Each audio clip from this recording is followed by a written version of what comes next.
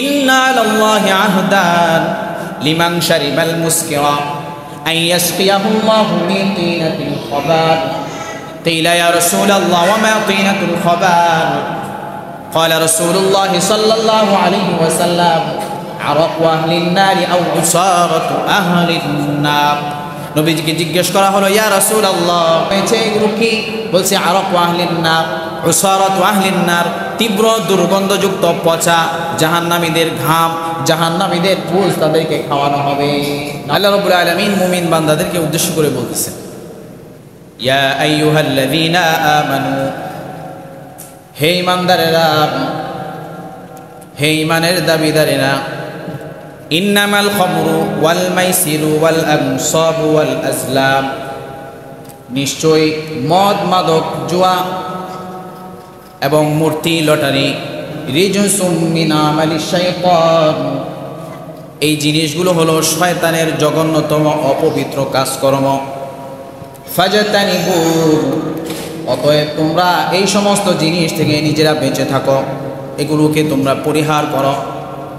লাআল্লাকুম তুফলিহুন, তবে আশা করা যায় তোমরা সফলকাম হতে পারবে, দুনিয়া এবং আখিরাতে তোমরা কামিয়াবি তোমরা অর্জন করতে পারবে। তারপরে বলতেছেন ইন্নামা ইউরিদুশ শাইতান, নিশ্চয়ই শয়তান চায়, কামনা করে, বাসনা করে, পরিকল্পনা করে, ষড়যন্ত্র করে শয়তান আইয়ুকিআ বাইনাকুমুল আদাওয়াতা ওয়াল বাগদা, তোমাদের পরস্পরের মাঝে হিংসা বিদ্বেষ শত্রুতা মারামারি কাটাকাটি হানাহানি অপকর্মগুলো সে ঢুকিয়ে দিতে চায়। ফিল খামরি ওয়াল মাইসির, আর এগুলো সে যেন করতে পারে এই জন্য হাতিয়ার হিসাবে মাদক এবং জুয়াকে সে অবলম্বন হিসাবে গ্রহণ করে, উসিলা হিসাবে গ্রহণ করে। ওয়ায়াসুদ্দাকুম আন যিকরিল্লাহ ওয়া আনিস সালাত, সে তোমাদেরকে আল্লাহ তাআলার স্মরণকে ভুলাইয়া দিতে চায়, এমনকি নামাজেও তোমাদেরকে বাধা সৃষ্টি করতে চায়। ফাহাল আনতুম মুতাহুন, এত এত ক্ষতি থাকার পরেও, আমি তোমাদেরকে অবগত করে দেওয়ার পরেও তোমরা কি এই সমস্ত জিনিসগুলো পরিহার করবে না? আল্লাহ তাআলা প্রশ্ন ছুড়ে দিলেন। এটা হলো সরল অনুবাদ। এই আয়াতের দুইটা আয়াত, এখানে আরও দুই চারটা আয়াত সামনে আছে, এগুলো সরল অনুবাদ। এই আয়াতের তাফসিরে বুখারী এবং মুসলিমের একটা প্রসিদ্ধ হাদিস আসছে। আনাস ইবনে মালিক রাদিয়াল্লাহু তাআলা আনহু তিনি বলেন কুনতু সাকিয়াল কওমি ফি মানজিলি আবি তালহা, আমি সাহাবী আবু তালহার বাড়িতে আমি মদ পরিবেশনকারী ছিলাম। ওয়েটার আছে না, ওয়েটার কি বলে, পরিবেশন করে যিনি, আমি মানুষকে খাওয়াইতাম, এটা ছিল আমার দায়িত্ব। তখনও মদ কি হয় নাই, মদ মাদক হারাম হয় নাই। তো উনি বলতেছেন বাইনা উদিরুল কাস আলা আবি তালহা ওয়া আবি উবাইদাহ ইবনুল জাররাহ ওয়া মুআদ ইবনে জাবাল ওয়া সুহাইল ইবনে বাইদা ওয়া আবি দুজানা, একদা আমরা মদ্যপান করতেছিলাম, এর মাঝে আমরা এই কয়েকজন সাহাবী ছিলাম, যেই তখন আমরা মদ পান করতেছি, আমি ঢেলে ঢেলে দিচ্ছিলাম, তারা পান করতেছিল। হাত্তা মালাত রুউসুহুম মিন খালিতি মুসরিন ওয়া তাবরিন, কাঁচা পাকা খেজুরের বানানো ওই মদ পান করার কারণে উনাদের মাথা টালমাটাল হয়ে গেল, অর্থাৎ নেশাগ্রস্ত হয়ে পড়ল। এমন একটা পরিবেশ তখন আমাদের ওই রুমে, ওই ঘরে চলতেছে। সাহাবী আবু তালহার বাড়িতে এমন একটা পরিবেশ তখন চলতেছে। وقال أنس بن مالك, সাহাবী আনাস বলেন এমন অবস্থায় ফাসামি'না মুনাদিয়ান ইউনাদি, আমরা শুনতে পেলাম একজন ঘোষণাকারী ঘোষণা দিচ্ছে, মৃদু আওয়াজে শোনা যাচ্ছে, আলা ইন্নাল খামরা ক্বাদ হুরিমাত, ও আল্লাহর বান্দারা শোনো, মাদককে আল্লাহ তাআলার তরফ থেকে হারাম করে দেওয়া হয়েছে। একটা ঘোষণা এরকম শুনতেছিলাম আমরা। এখন সবাই টালমাটাল অবস্থা, শুনলেও মনে হইতেছে যেন শুনতেছে না। তো সাহাবী আনাস বলেন যখন এই ঘটনা আমরা একটু শুনতে পেলাম, তখন আমাকে ওই ঘরের যে কর্তা আবু তালহা, সাহাবী আবু তালহা, উনি বলতেছেন উখরুজু ফানজুর মা হাদা সাউত, ও আনাস একটু বাহিরে যেয়ে দেখো কিসের আওয়াজ চলতেছে, কিসের শব্দ শোনা যায়, কিসের ঘোষণা শোনা যায়, শুনে আসো তো তুমি। তো আনাস বলেন যে আমি বের হইলাম, আমি বের হলাম এবং শুনলাম, শুনে এসে তাদেরকে জানায় দিলাম, হাদা মুনাদিয়া ইউনাদি আলা ইন্নাল খামরা ক্বাদ হুরিমাত ফানাজালা তাহরিমুল খামরি। একজন ঘোষণাকারী ঘোষণা দিচ্ছেন যে হে আল্লাহর বান্দারা শোনো, মাদককে হারাম করা হয়েছে, মাদককে হারাম করা হয়েছে, অর্থাৎ মাদক হারাম হয়ে গিয়েছে। এই ঘোষণাকারী একজন ঘোষণা দিতেছেন, এই ঘোষণাটা একজন ঘোষণাকারী দিতেছেন, এটা আমি শুনে আসলাম। এখন তো সবাই পরিষ্কার, ঘোষণা পরিষ্কার শুনছে, বুঝতে পারছে। এবার আবু তালহা বলতেছে, ঘরের যিনি কর্তা উনি বলতেছে, উখরুজ ফাযহাব ফাহরিকহা, হে আনাস যাও, তুমি আমাদের এই সমস্ত মাদকগুলো নিয়ে বাইরে ঢেলে ফেলে দিয়ে আস। তা আনাস বলতেছেন, ফাখারাজতু ফারাআইতুহা তাজরি ফি সিকাকিল মাদিনা ওয়া কানাত খামরুহুম ইয়াওমাইদিন ফাদি। আমি যখন ওই মাদকগুলো নিয়ে ফেলতে গেলাম তখন দেখতে পেলাম মদিনার সমস্ত অলিগলিতে মানুষ দলে দলে এমনভাবে মাদক ফেলে দিচ্ছে, সমস্ত অলিগলিগুলো মদের বন্যা বয়ে গিয়েছে। সুবহানাল্লাহ। ওয়া কানাত খামরুহুম ইয়াওমাইদিন ফাদিহ, অথচ সেই সময় তাদের ওই যেই মদটা তাদের কাছে সংরক্ষিত ছিল সেটা হলো ফাদিহ, অর্থাৎ এমন বিশেষ এক শ্রেণীর মাদক যেটা তাদের কাছে বড় পছন্দনীয়, মহাব্বতের ছিল, বড় প্রিয় ছিল। সুবহানাল্লাহ। এত প্রিয় থাকার পরেও আল্লাহ রাব্বুল আলামিনের বিধান যখন শুনলেন, সরাসরি কিন্তু নবীজির কাছে শুনেন নাই, একজন ঘোষণাকারীর কাছে শুনছেন, তারপরেও আল্লাহর বিধানকে ওনারা কিভাবে মান্য করছেন। সুবহানাল্লাহ। তখন হলো আনাস ইবনে মালিক রাদিয়াল্লাহু তাআলা উনি বলতেছেন, ফামা দাখালা আলাইনা দাখিলুন ওয়ালা খারাজা মিন্না খারিজুন। এই ঘোষণার পরে একজন ব্যক্তিও আমাদের মাঝে মাদক পানের উদ্দেশ্যে আসে নাই।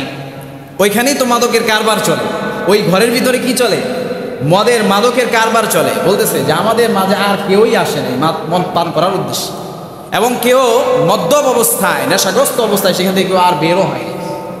হাত্তা আহরাকনা শারাব, আমাদের মাঝে লোকেরা যা করলো তা হলো সবাই মাদকগুলো ঢেলে ফেলে দিল। ওয়া কাসারুল খিলাব, শুধুমাত্র মাদক ফেলে দিয়েছে এমন নয়, মাদকের যে পাত্রগুলো রয়েছে সবগুলো ভেঙে ফেললো। সুবহানাল্লাহ। ওয়া তাওয়াদ্দা বা'দুনা ওয়া ইগতাসালা বা'দুনা ওয়া সাবনা মিন তিবি উম্মি সুলাইম। এমন ভাবে আমরা মদ থেকে পবিত্র হয়ে গেলাম, আমরা অনেকেই আমরা ওযু করে নিলাম, তওবা ইস্তেগফার করলাম, অনেকে একেবারে গোসল করে তওবা ইস্তেগফার করে নিল। অতঃপর ওই সময় তিবি উম্মি সুলাইম, উম্মি সুলাইমের একটা বিখ্যাত সুগন্ধি পাওয়া যাইত, এর চাইতেও ভালো উৎকৃষ্ট মানের সুগন্ধি তৎকালীন সময়ে ছিল না। ওই সুগন্ধি আমরা এমনভাবে মাখলাম যেন মদের হালকা পাতলা গন্ধ যেন না পাওয়া যায়। সুবহানাল্লাহ। এমনভাবে নিজেরা নিজেদেরকে পাক সাফ পবিত্র করে নিলেন। তারপরে আনাস ইবনে মালিক রাদিয়াল্লাহু আনহু বলতেছেন, সুম্মা খারাজনা ইলাল মাসজিদি ফাইদা রাসূলুল্লাহ সাল্লাল্লাহু আলাইহি ওয়াসাল্লাম ইয়াকরা ইয়া আইয়ুহাল্লাযীনা আমানু ইন্নামাল খামরু ওয়াল মাইসিরু ওয়াল আনসাবু ওয়াল আজলামু রিজসুম মিন আমালিশ শাইতান ফাজতানিবুহু লাআল্লাকুম তুফলিহুন। অতঃপর আমরা সকলেই মসজিদের দিকে রওনা দিলাম, যে দেখলাম নবী করিম সাল্লাল্লাহু আলাইহি ওয়াসাল্লাম আল্লাহ তাআলার নাযিলকৃত আয়াতখানা আমাদেরকে তেলাওয়াত করে শোনাচ্ছেন। ইয়া আইয়ুহাল্লাযীনা আমানু, হে ঈমানদারেরা শোনো, ইন্নামাল খামরু ওয়াল মাইসির ওয়াল আনসাব ওয়াল আজলাম, নিশ্চয়ই মদ, জুয়া, মূর্তি, লটারি এই সমস্ত জিনিস শয়তানের জঘন্যতম কাজ, তোমরা এগুলোকে পরিত্যাগ করো, আল্লাহ তাআলা হারাম করে দিয়েছেন। লাআল্লাকুম তুফলিহুন, তবেই তোমরা সফলতা অর্জন করতে পারবে। সুবহানাল্লাহ। ওনারা গেলেন আর নবীজি এইভাবে তাদেরকে আয়াত তেলাওয়াত করে আল্লাহর বিধান শুনায় দিলেন। অর্থাৎ তখনই আল্লাহ তাআলার তরফ থেকে এই আয়াতগুলো নগদে তরতাজা নাজিল হয়েছে। এখন সবার ভিতরে আলোচনা চলতেছে, আইরে আমরা তো এখন জীবিত আছি, মাদক থেকে তওবা করলাম, কিন্তু আমাদের বাপ দাদা যারা ওই অবস্থায় এই সমস্ত কর্মকাণ্ডে যুক্ত ছিল, ঈমান আনছিল, কিন্তু তখন তো বিধান নাজিল হয় নাই, তাদের পরিণতি কি?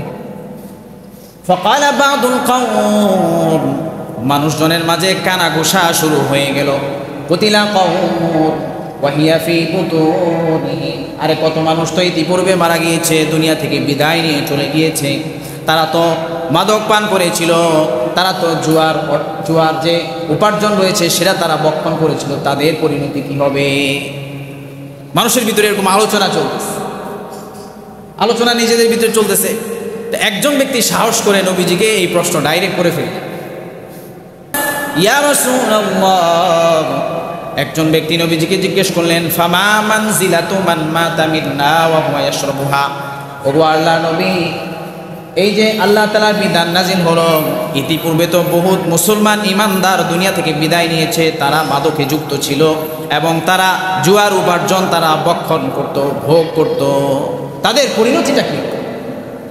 নবীজিকে যখন এই কথা জিজ্ঞেস করলেন, আল্লাহ তাআলা সরাসরি এই আয়াত নাজিল করে জবাব দিয়ে দিলেন, সুবহানাল্লাহ, লাইসা আলাল্লাযীনা আমানু ওয়া আমিলুস সালিহাতি জুনাহুম ফীমা তাইমু, ইতিপূর্বে যারা পাক্কা ইমানদার ছিল, আল্লাহ তাআলার সমস্ত বিধানগুলো মাথা পেতে মেনে নিয়েছিল, ওই সমস্ত মানুষগুলো যা কিছু পান করেছে, খেয়েছে, ইতিপূর্বে সেগুলো হারাম না হওয়ার কারণে আল্লাহ তাআলা তাদেরকে পাকড়াও করবেন না।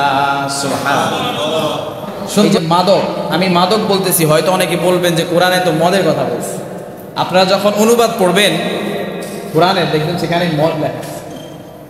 এক লোক আসছে নবীজির কাছে, আন্না রাজুলান কাদিমা মিন জাইশান ওয়া জাইশানু মিনাল ইয়ামান, ইয়ামানের একটা এলাকা নাম জাইশান, ওই এলাকা থেকে একটা লোক নবীজির দরবারে আসছে। আয়েশা নবীজিকে জিজ্ঞেস করতেছে যে ইয়াশরাবুনাহু বিআরদিহিম মিনাদ দুরাতি ইউকালু লাহুল মিজর, উনাদের এলাকায় ওনারা এক ধরনের মাদক সেবন করত যেটা মদিনার মাদকের সাথে মিলে না। এখন মুসলিমদের মাঝে একটা প্রবণতা হলো, আমি সন্দেহযুক্ত যে কোনো জিনিস একজন আলেমের কাছে, জানলে ওয়ালার কাছে জিজ্ঞেস করে নেন। এটা সাহাবীদের গুনাহ, এটা আমাদের মাঝেও থাকা অত্যন্ত জরুরি। নবীজিকে যখন এই কথা জিজ্ঞেস করলেন, নবীজি পাল্টা জিজ্ঞেস করলেন যে আওয়া মুসকিরুন, তোমরা যেই জিনিসটা খাও তোমাদের সন্দেহ হয়, এটা কি তোমাদের ভিতরে নেশার সৃষ্টি করে? এখন সে জবাব দিয়ে বললেন, আম ইয়া রাসূলুল্লাহ, হ্যাঁ আল্লাহ নবী, সেটা খাইলে আমাদের ভিতরে নেশার সৃষ্টি হয়। তখন নবীজি যেই কথাটা বলছেন এটাই মূলনীতি, কুল্লু মুসকিরিন খামরুন ওয়া কুল্লু মুসকিরিন হারামুন, প্রত্যেক নেশা জাতীয় দ্রব্য, সেটা হতে পারে পাউডার, হতে পারে লিকুইড, হতে পারে ইনজেক্টেবল, ইনজেকশনের মাধ্যমে নেয়, হতে পারে নাকের মাধ্যমে নেয়, হতে পারে বিভিন্ন প্রক্রিয়ায় নেয়, সেগুলো প্রত্যেকটা নেশা জাতীয় জিনিসের যেই রূপে থাকুক না কেন সেটা মদের অন্তর্ভুক্ত, যেই ফর্মেই থাকুক না কেন, ইনজেক্টেবল, স্মোকেবল, বিভিন্ন ফর্মে থাকে, খাওয়ার মাধ্যমে, নাকের মাধ্যমে, বিভিন্নভাবে মানুষ নেয়, সব নেশা জাতীয় দ্রব্যগুলো মদের অন্তর্ভুক্ত। এই জন্যই আমি অনুবাদে মাদক বলতেছি, কারণ এই কথাটা নবীজিই বলছেন। মাদক বললে আমরা সবগুলো বুঝতে সুবিধা, বুঝা গেলে তো বিষয়টা কি বলেন, কোনো সন্দেহ আছে এখানে? কোনো সন্দেহ নাই। নবী করিম সাল্লাল্লাহু আলাইহি ওয়াসাল্লাম পরিষ্কার বলেন যে প্রত্যেক নেশা জাতীয় দ্রব্য সেটা মদের অন্তর্ভুক্ত, আর প্রত্যেক মদের অন্তর্ভুক্ত জিনিসগুলো, নেশা জাতীয় দ্রব্যগুলো আল্লাহ তাআলা হারাম করে দিয়েছে। মাদকের ব্যাপারে হাদিসে কারিমায় নবী করিম সাল্লাল্লাহু আলাইহি ওয়াসাল্লাম বলেন যে কোনো মুমিন বান্দা মাদক গ্রহণ করবে তো দূরের কথা, মাদকের কাছে, মাদকের আসর যেখানে মাদকের বেচাকেনা হয় ওই জায়গায় সে যাবে না।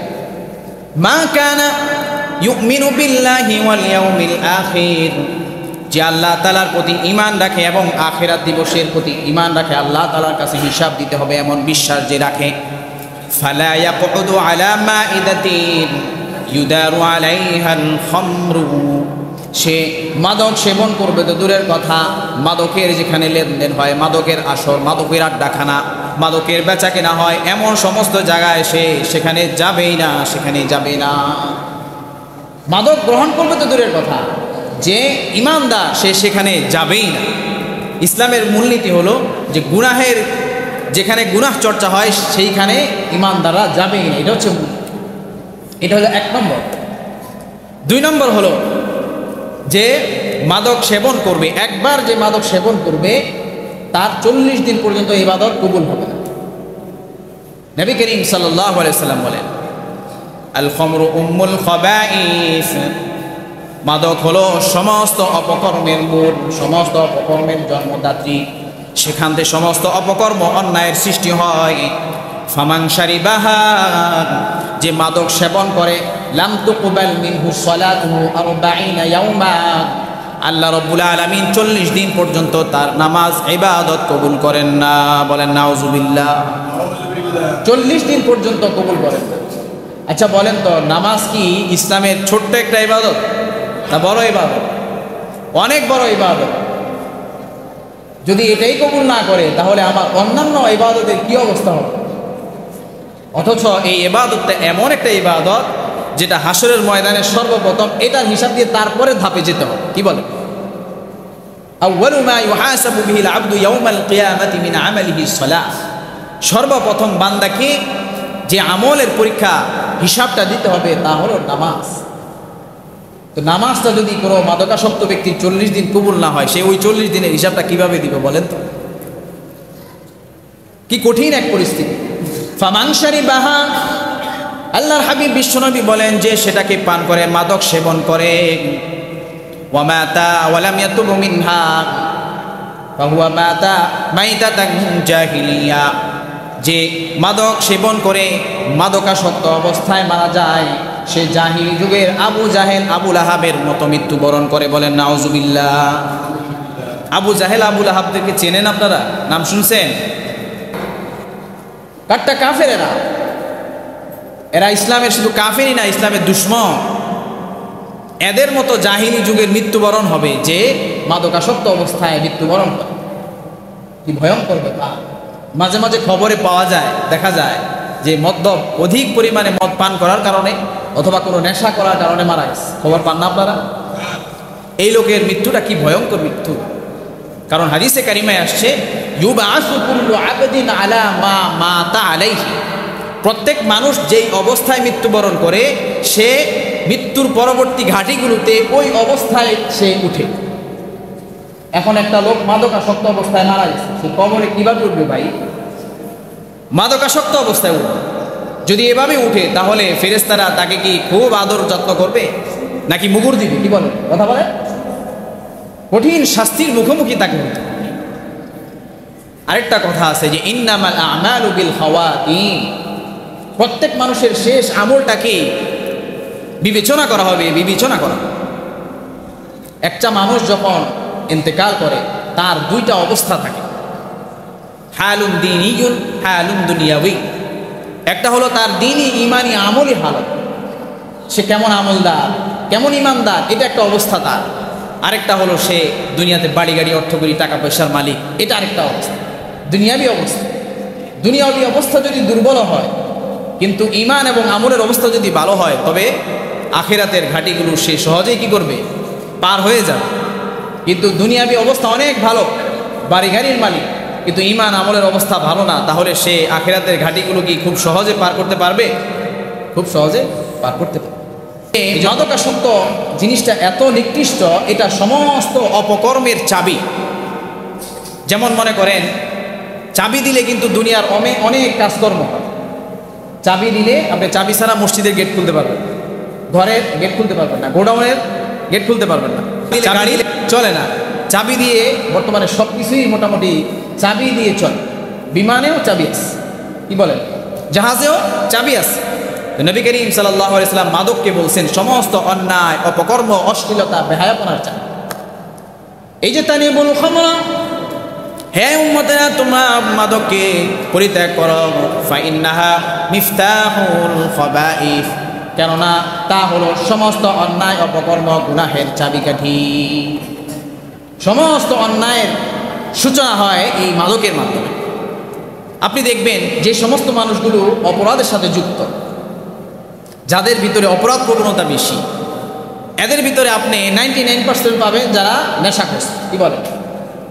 নেশাগ্রস্ত না এরকম অপরাধী পাওয়া খুবই মুশকিল।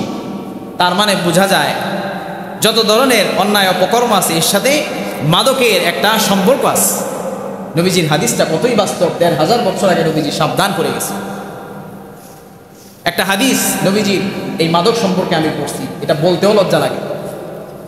নবীজি বলতেছেন যে মাদক গ্রহণ করে, মাদকাসক্ত যে, সে যেন মা খালা চাচির সাথে জেনা ব্যভিচারে লিপ্ত হলো। বলেন নাউযুবিল্লাহ। ফামান শারিবাল খামরা ওয়াকা আলা উম্মিহি ওয়া খালাতিহি ওয়া আম্মাতিহি। মাদক হলো অনেক মারাত্মক অন্যায় কাজ, বড় কবিরা গুনাহ। যে মাদক গ্রহণ করে, মাদক সেবন করে, সে যেন মা, খালা, চাচির সাথে জিনা ব্যভিচারে লিপ্ত হলো। জোরে বলেন নাউজুবিল্লাহ। মারাত্মক কথা, হাদিসে আসছে এই জন্য বললাম, তা না হলে এই কথাটা বলতাম না। মারাত্মক বিষয়, কিভাবে নবীজি সাবধান করছেন, আর কত উপায়ে উম্মতকে বাঁচানোর জন্য তুলনা দিবেন নবীজি। মারাত্মক বিষয়। তারপরে নবী করিম সাল্লাল্লাহু আলাইহি সাল্লাম মাদক সম্পর্কে বলেন যে মাদক গ্রহণ করে তার থেকে ঈমান পৃথক হয়ে যায়, ঈমান আলাদা হয়ে যায়। ওয়ালা ইয়াজনি আয-যানি হিনা ইয়াজনি ওয়া হুয়া মুমিন, যে জিনা করে সে কখনো মুমিন অবস্থায়, ঈমানদার অবস্থায় জিনা করে না, ঈমান তার থেকে বের হয়ে যায়। ওয়ালা ইয়াশরাবুল খামরা হিনা ইয়াশরাবুহা ওয়া হুয়া মুমিন, সে যখন মাদক সেবন করে সে ঈমানদার থাকে না, তার থেকে ঈমান বের হয়ে যায়। ওয়ালা ইয়াসিকু সারিকু হিনা ইয়াসিকু ওয়া হুয়া মুমিন, যখন সে চুরি করে তখন সে ঈমানদার থাকে না, তার থেকে ঈমান বের হয়ে যায়। ওয়ালা ইয়ানতাহিবু নুহবাতান হিনা ইয়ানতাহিবুহা ওয়া হুয়া মুমিন, যখন সে অন্যের সম্পদ আত্মসাৎ করে বিভিন্ন উপায়ে মাধ্যমে, তখন সে ঈমানদার থাকে না, সে ঈমান থেকে বের হয়ে যায়। ওয়ালা ইয়াকতুলু ওয়া হুয়া মুমিন, যখন কেউ খুন খারাপি করে, অন্যায়ভাবে খুন করে, রাহাজানি করে, মারামারি কাটাকাটি করে, তখন সেই ঈমানদার থাকে না, বের হয়ে যায়। এখন যখন এই হাদিস বর্ণনা করলো, ইবনে আব্বাস রাদিয়াল্লাহু তাআলা আনহুমাকে জিজ্ঞেস করছে যে নবীজি তো এরকম হাদিসটা বর্ণনা করলেন, তাহলে ঈমানটা কিভাবে আলাদা হয়ে গেল? কাইফা ইউনজাউল ঈমান, ঈমান কিভাবে বের হয়ে যায়? ক্বালা ইবনে আব্বাস রাদিয়াল্লাহু তাআলা আনহু বলেন, হাকাযা ওয়া শাব্বাকা বাইনা আসাবিহি থুম্মা আখরাজাহা। ইবনে আব্বাস বললেন, ঈমান মানুষের সাথে এভাবে লেগে থাকে, যখন সে এই কাজগুলো করে, মাদক সেবন করে, অন্যায়গুলো করে, ঈমান তার থেকে এভাবে বের হয়ে যায়। ফাইন তাবা আদা ইলাইহি হাকাযা ওয়া শাব্বাকা বাইনা আসাবিহি, যদি সে তওবা করে এই সমস্ত অপকর্মগুলো একেবারে ছেড়ে দেয়, আবার ঈমান তার সাথে এভাবে জুড়ে যায়। সুবহানাল্লাহ, এভাবে ঈমানটা তার সাথে আবার জুড়ে যায়। নবীজি এই বিষয়টি আরো ভালোভাবে বলছেন, আরেকটা তুলনা দিয়ে বলছেন যে একজন যে জিনা করে, জিনা ব্যভিচার, পরকিয়া করে এবং যে মদ্যপান করে, তার থেকে ঈমান কিভাবে বের হয়ে যায়? নবীজি বলেন, তোমরা জামাটা খুলে ফেললে তোমার শরীর থেকে যেভাবে জামাটা আলাদা হয়ে যায়, ঠিক তেমনি ভাবে ঈমান আলাদা। মান সানা ওয়া শারিবাল খামরা নাযাআল্লাহু মিনহুল ঈমান কামা ইয়াখলাউল কামিসা মির রাসিহি, যে জিনা ব্যভিচারে লিপ্ত হয়, পরকীয়ায় লিপ্ত হয়, আর যদি এমন হয় সে নেশা জাতীয় দ্রব্য সে যদি সেবন করে, তার থেকে ঈমান এমনভাবে বের হয়ে যায়, যেভাবে তোমরা জামাটা খুলে আলাদা করে ফেলো, তেমনিভাবে জামা শরীর আলাদা হয়ে যাওয়ার মতো করেই তোমাদের ঈমান আর শরীর আলাদা হয়ে যায়। বলেন নাউজুবিল্লাহ। ঈমান আলাদা হয়ে যায়, একত্রে থাকে না। নবী করিম সাল্লাল্লাহু আলাইহি সাল্লাম আরেকটা হাদিস, নবীজি বলেন যে 3 শ্রেণীর মানুষ জান্নাতে যাবে না। সালাসাতুন লা ইয়াদখুলুনাল জান্নাহ, 3 শ্রেণীর মানুষ জান্নাতে প্রবেশ করবে না। 1 নম্বর মুদমিনুল খামরি, যে নেশাগ্রস্ত ব্যক্তি, এই ব্যক্তি জান্নাতে প্রবেশ করবে না। ওয়া কাতিউর রাহিমি, ইচ্ছাকৃতভাবে ব্যক্তিগত কারণে, জাগতিক কারণে আত্মীয়তার সম্পর্ক ছিন্নকারী ওই ব্যক্তিও জান্নাতে যাবে না। ওয়া মুসাদ্দিকু বিসসিহরি, জাদুবিদ্যা শরণাপন্ন হওয়া ব্যক্তি অথবা জাদুবিদ্যা চর্চাকারী এমন ব্যক্তিও জান্নাতে যাবে না। এই 3 ব্যক্তি জান্নাতে যাবে না। এর মধ্যে একটা হলো যে নেশাগ্রস্ত ব্যক্তি, সে জান্নাতে যাবে। এই মাদক সম্পর্কে অনেক হাদিস। আরেকটা হাদিস হলো যে মাদক পান করবে, আল্লাহ রাব্বুল আলামিন তাকে জাহান্নামীদের পচা দুর্গন্ধযুক্ত ঘাম, পুঁজ তাকে পান করাবে। ইন্না লিল্লাহি আহদান লিমান শারিবাল মুসকিরা আন ইয়াসকিয়াহুল্লাহু মিন তিনাতিল খাবার। قيل يا رسول الله وما طينة الخبال؟ قال رسول الله صلى الله عليه وسلم عرق أهل النار أو عصارة أهل النار। নবীজিকে জিজ্ঞেস করা হলো, ইয়া রাসূলুল্লাহ, এগুলোকে আরাক আহলিন নার, এগুলোকে বলা হয়েছে, এগুলো কি বলছে আরক আহলিন নার, উসারাত আহলিন নার, তীব্র দুর্গন্ধযুক্ত পচা জাহান্নামীদের ঘাম, জাহান্নামীদের পুজ তাদেরকে খাওয়ানো হবে। উসমান রাদিয়াল্লাহু তাআলা আনহু, ওনার নাম শুনছেন আপনারা? একজন বড় সাহাবী। উনার ঘটনাটা বড় বড় হাদিসের কিতাবে আসছে, মুসলিম শরীফে হাদিসে আসছে। উনি একটা ঘটনা বর্ণনা করছেন।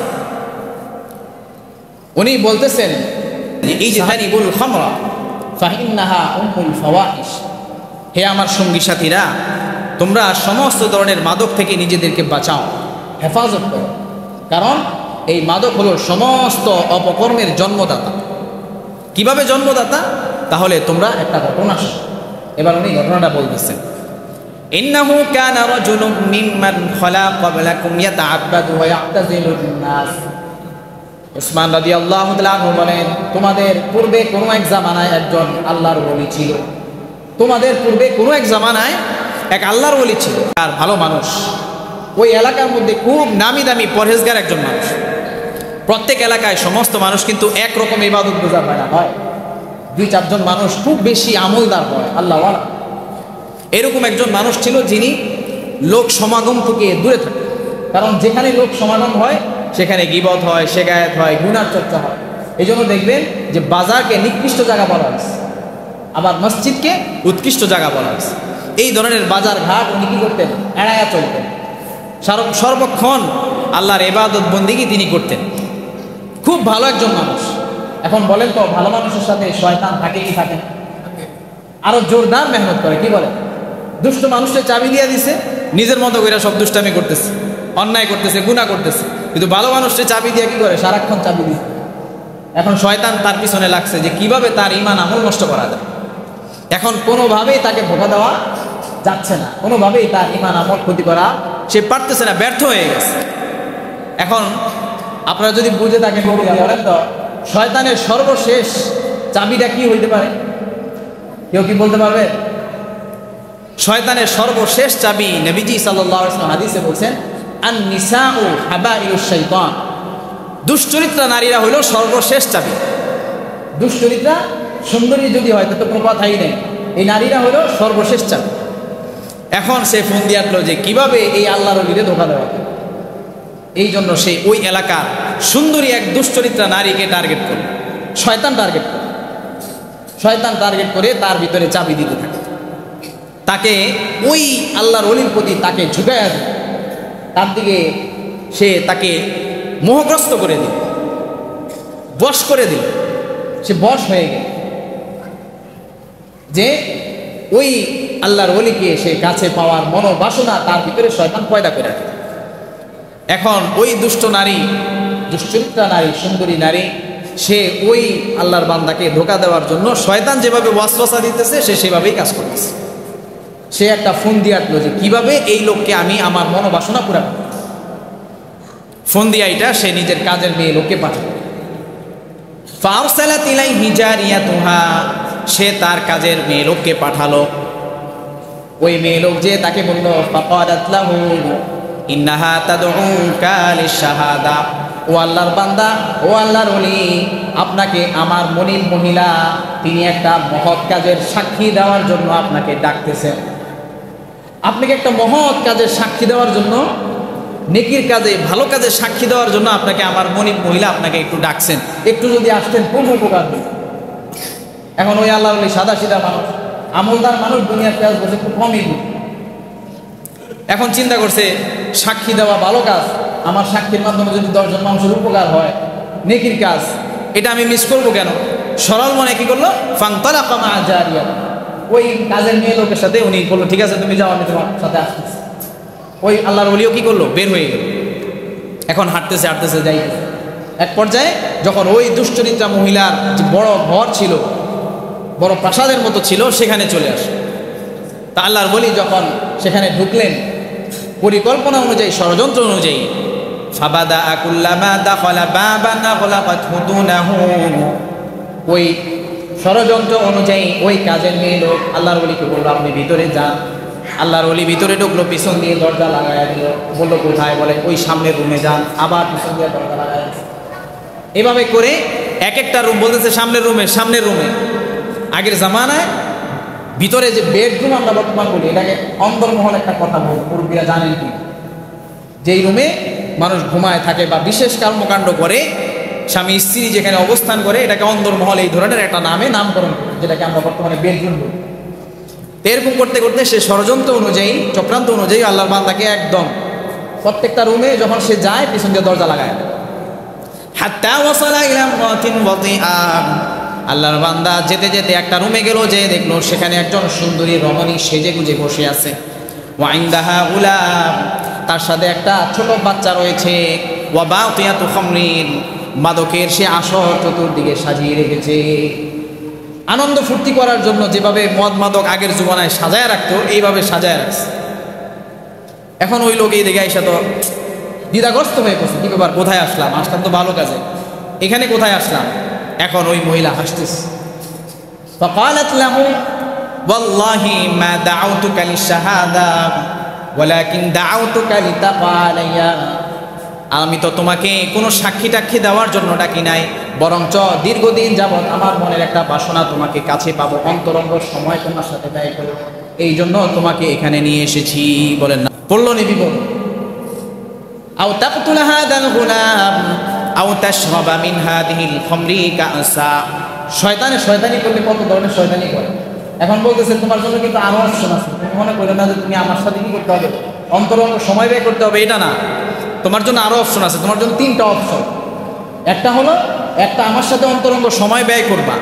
2 নম্বর অপশন হলো এই যে বাচ্চাটা দেখো না, যদি আমার সাথে সময় ব্যয় করতে না চাও তাহলে এই বাচ্চাটাকে তুমি খুন করবা। কি জঘন্য প্রকার কথা। আর যদি এটাও তুমি না করো তাহলে তোমার জন্য সর্বশেষ অফার হইল তুমি এখান থেকে 1 পেয়ালা মদ পান করবে। এই হলো তোমার জন্য 3টা অপশন। আর যদি তুমি একটাও না করো, ফাইনা বাইতা সিহতু ওয়া ফাদাহতুকা, যদি তুমি অস্বীকার করো আমি চিৎকার করব, লোকজন জড়া করব, লোকজন জড়া করে বলবো তুমি আমার সতীত্ব হরণ করার জন্য এসেছো, তোমাকে অপমান করব, অপদস্থ বেইজ্জতি করে তোমাকে এখান থেকে বিদায় করব।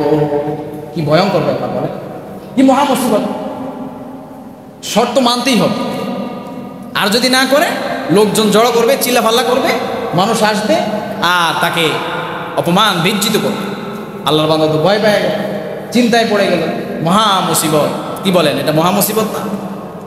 চিন্তা করতে করতে একবার চিন্তা করবো, জিনার মতো কাজ আমি যেখানে ছোট গুনাই করি না, সব সময় আল্লাহকে ভয় পাই, গুনাহের ভয়ে মানুষের সমাগম থেকে দূরে থাকি, আমি এত বড় গুনাহ করব কিভাবে আমি করতে পারি, জিনার মতো একটা গুনাহ।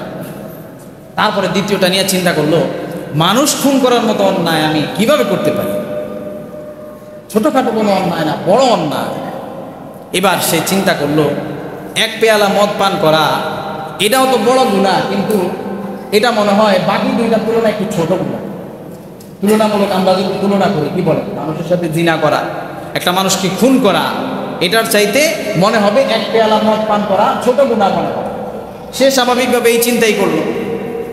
এখন সে চিন্তা ভাবনা করে সে বলতেছে, তুমি তো আমারে মহাবিপদে ফালাইছ, ইজ্জত সম্মানও শেষ হবে, জানি না জানি ভবিষ্যৎ আর কি হয়। সে এবার বললো, ঠিক আছে তাইলে একটা কাজ করো, যে আমাকে তুমি, আমি এই বড় বড় গুনাহগুলো করতে পারবো না, আমাকে তুমি ফাসকিনি মিন হাদিহিল খামরি কাসা, এখান থেকে 1 পেয়ালা মদ আমি খায়া কোনো রকম তোমার এখান থেকে পালাই। এটা সে অ্যাকসেপ্ট করলো, গ্রহণ করলো। কি করবে, ও নিরুপায় হয়ে গেছে। সেও মনে করেন তার পরিকল্পনা অনুযায়ী তাকে 1 পেয়ালা মদ দিল, যে নাও খাও।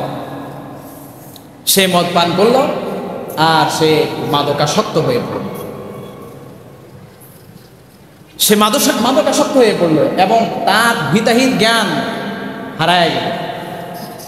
জিদিনি, মাদকের প্রভাবে সে বলতে লাগলো, আমাকে আরো মাদক দাও, আরো মদ দাও, আমি আরো পান করবো।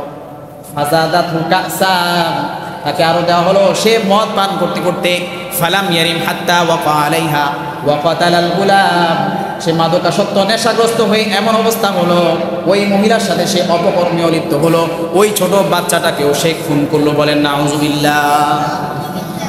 হালকা মনে করছে মদটাকে। তো উসমান ইবনে আফফান রাদিয়াল্লাহু তাআলা আনহু বলতেছেন যে তোমাদের কাছে দেখো, আমি বড় হইতে পারে যে আসলেই তো মাদকটা বাকি 2টা গুনার চাইতে হালকা, কিন্তু এইটা বাকি কি করছে, হওয়ার ব্যাপারে তাকে উদ্বুদ্ধ করছে, তাকে সুযোগ করে দিচ্ছে। জিনায়ও লিপ্ত হয়েছে, ওই বাচ্চাটাকেও সে খুন করছে। এই জন্যই নবীজি বলছে আল খামরু উম্মুল খাবাইস, সমস্ত অপকর্মের মূল হলো এই মাদক। আজকে দেখবেন সংসারে অশান্তি মাদকের কারণে। ম্যাক্সিমাম 10টা সংসারে যদি পরিবারে অশান্তি থাকে, এর মধ্যে মানে 7-8টা পরিবারে এই মাদকের কারণ। সমাজে অশান্তি মাদকের কারণ, মারামারি কাটাকাটি হানাহানি এই মাদকের কারণ। এবার ওসমান ইবনে আফফান রাদিয়াল্লাহু আনহু বলেন,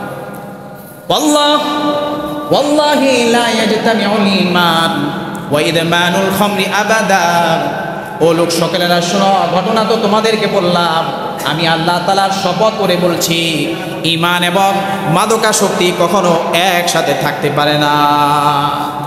ঈমান এবং মাদকাসক্তি এই দুইটা জিনিস কখনো একজনের ভিতরে একসাথে দীর্ঘদিন থাকতে পারে। হয় তার ভিতরে মাদকাসক্তি থাকবে অথবা ঈমান। আর ঈমান যদি থাকে, ঈমানের শক্তি যদি বেশি হয়, তাহলে মাদকাসক্তি তার থেকে বিদায় নেবে। এই জন্য বলেন তো, আমরা কি ঈমানদার হতে চাই কি চাই? তো মানুষের জিন্দেগির সময়গুলো অনেক দামি জিনিস। ওই দামি জিনিসটাকে মানুষ বিভিন্ন কাজে লাগায়, কেউ গুনাহের কাজে, কেউ নেকির কাজে। কুল্লুন নাসি ইয়াগদু ফাবাইউন নাফসাহু ফামুবিকুহা আও মু'তিকুহা। হাদিসে আসছে, প্রত্যেক মানুষকে আল্লাহ রাব্বুল আলামিন নতুন একটা দিন দান করে, একটা প্যাকেজ হিসাবে। তোমাকে একটা নতুন দিন আমি দিলাম, তুমি একটা নতুন দিন আজকে শুরু করলা। তো এই দিনটাকে মানুষ যখন পাওয়ার পরে কেউ এটাকে খুব ভালো কাজে লাগায়, আর ভালো কাজে লাগানোর উসিলায় আল্লাহ তাআলা তাকে জান্নাত দান করেন, সুবহান। আবার কেউ এই দিনটাকে ভালো কাজে লাগায় না, হেলায় খেলায়, খেলাধুলায়, খেল তামাশায় নষ্ট করে, তখন সে এই কর্মকাণ্ড করার কারণে সে শাস্তির উপযুক্ত হয়ে যায়, বলেন নাউযুবিল্লাহ। এই জন্য আমরা একটু সময়টাকে কাজে লাগাই।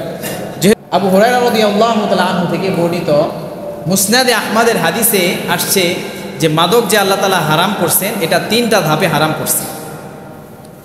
যেহেতু ওনাদের শত শত বছরের একটা অভ্যাস ছিল, বাপ দাদা থেকে শুরু করে সবাই, ছোট বড় সবাই মাদকাসক্ত ছিল, এই জন্য আল্লাহ রাব্বুল আলামিন হুট করেই এই বিধানটা নাজিল করেন তাদেরকে অভ্যস্ত করানোর জন্য।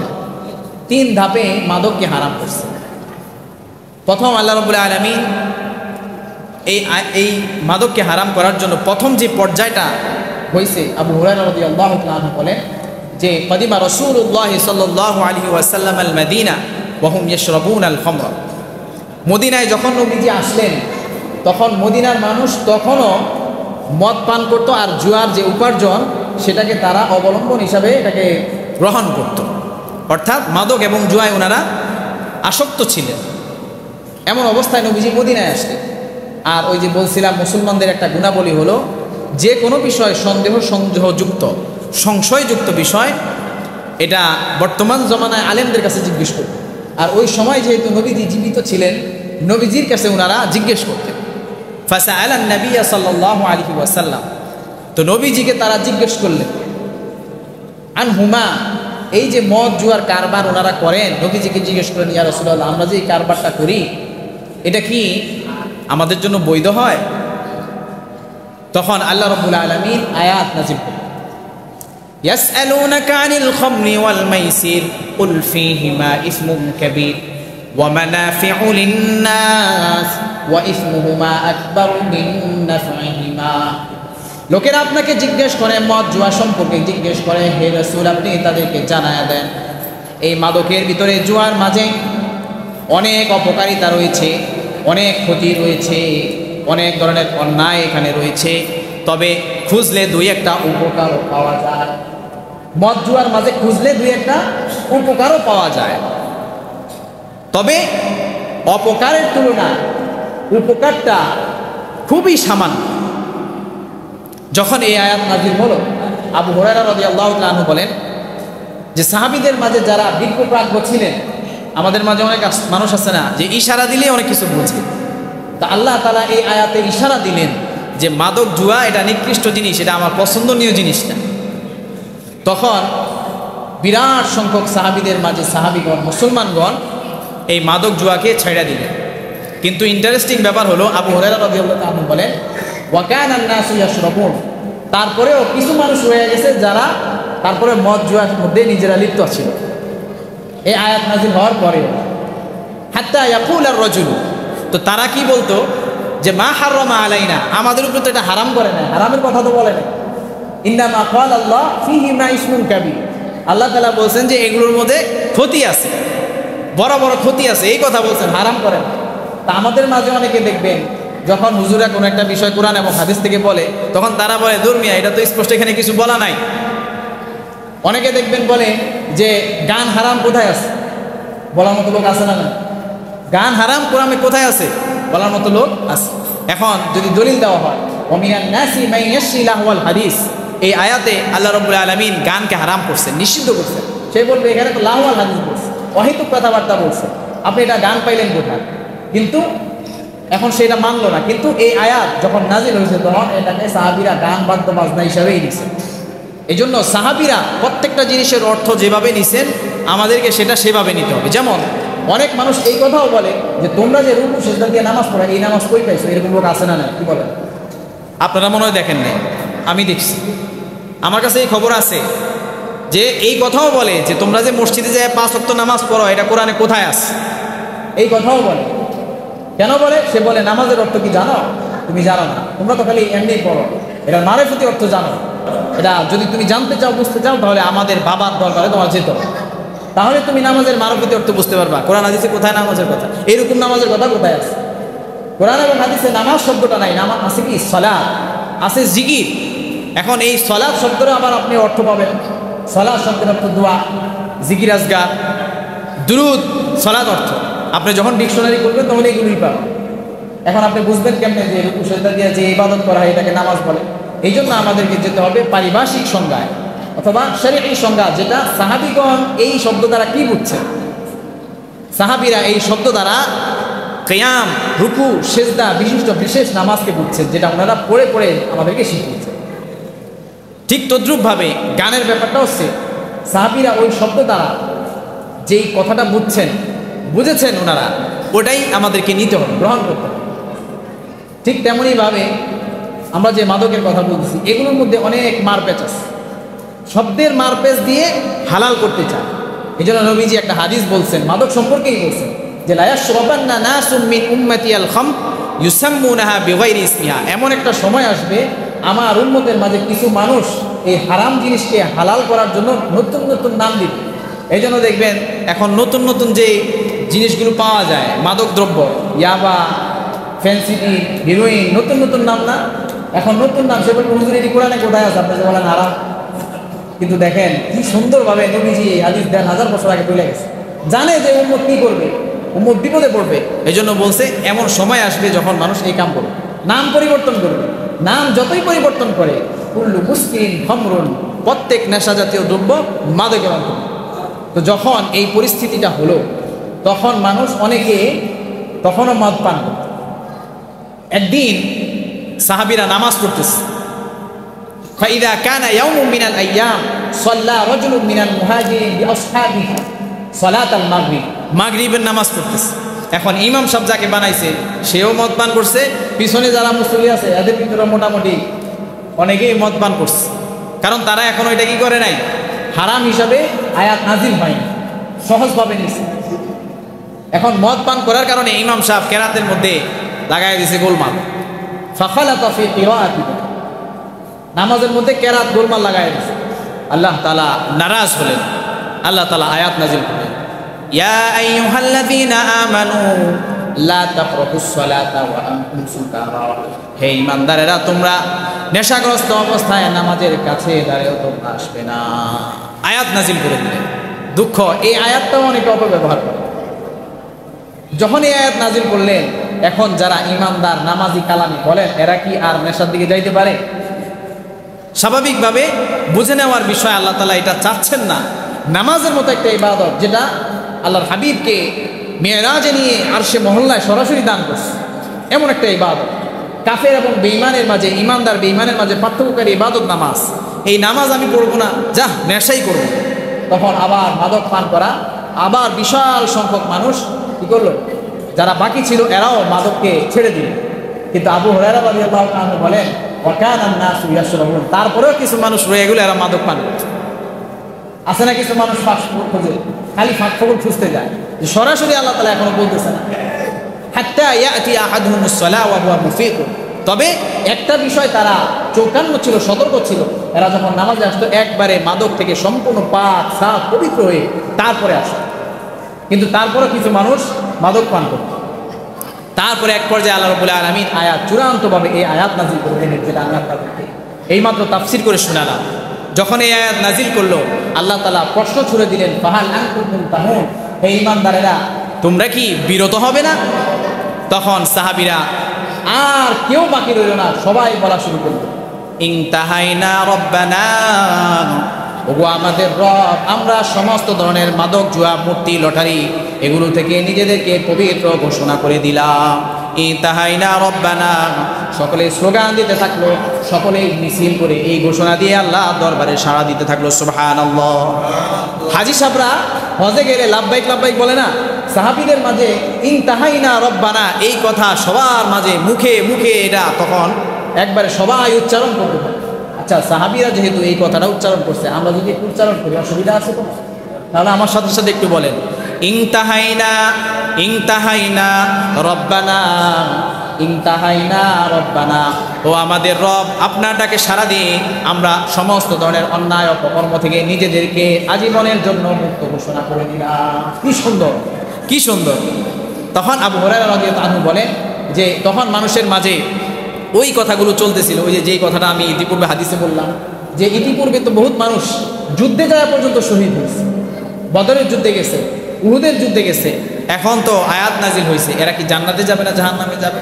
তখন আল্লাহ তাআলা ওই আয়াত নাজিল করে দিলেন যে লাইসা আলাল্লাযীনা আমানু ওয়া আমিলুস সালিহাতি জুনাহুম ফীমা তুইমু, যারা ইতিপূর্বে এই বিধান নাজিল হওয়ার পূর্বে যারা মদ্যপান করছে, জিয়ার উপার্জন যারা ভক্ষণ করছে, এখন বিধান নাজিল হয়েছে, এর আগে যারা যা করছে সব আল্লাহ তাআলা তাদের ইমানদারি আমলদারির উসিলে আল্লাহ মাফ করে দিয়েছে। সুবহানাল্লাহ।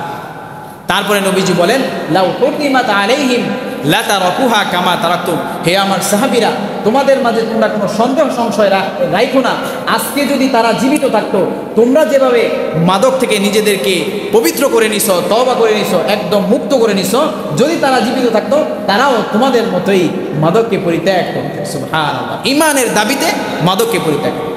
এই জন্য মাদক খুব ভয়ঙ্কর একটা জিনিস। আরো অনেক আলামিন যেই কয়টা আলোচনা করলাম হেদায়েতের জন্য একটা আয়াতই সাহাবীদের জন্য যথেষ্ট হয়ে গেছে। আমরা তো অনেক বিষয় আলোচনা করলাম। আল্লাহ রাব্বুল আলামিন আমাদেরকে বুঝার তৌফিক দান করেন, এই উসিলায় হেদায়েতের আলো আমাদের অন্তরে জ্বালায়া দেন। সকলে বলি আমিন। লিল্লাহি রাব্বিল আলামিন। রব্বানা যালামনা আনফুসানা ওয়া ইন লাম তাগফির লানা ওয়া তারহামনা লানাকুনান্না মিনাল খাসিরিন। ربنا آتنا في الدنيا حسنة وفي الآخرة حسنة وقنا عذاب النار.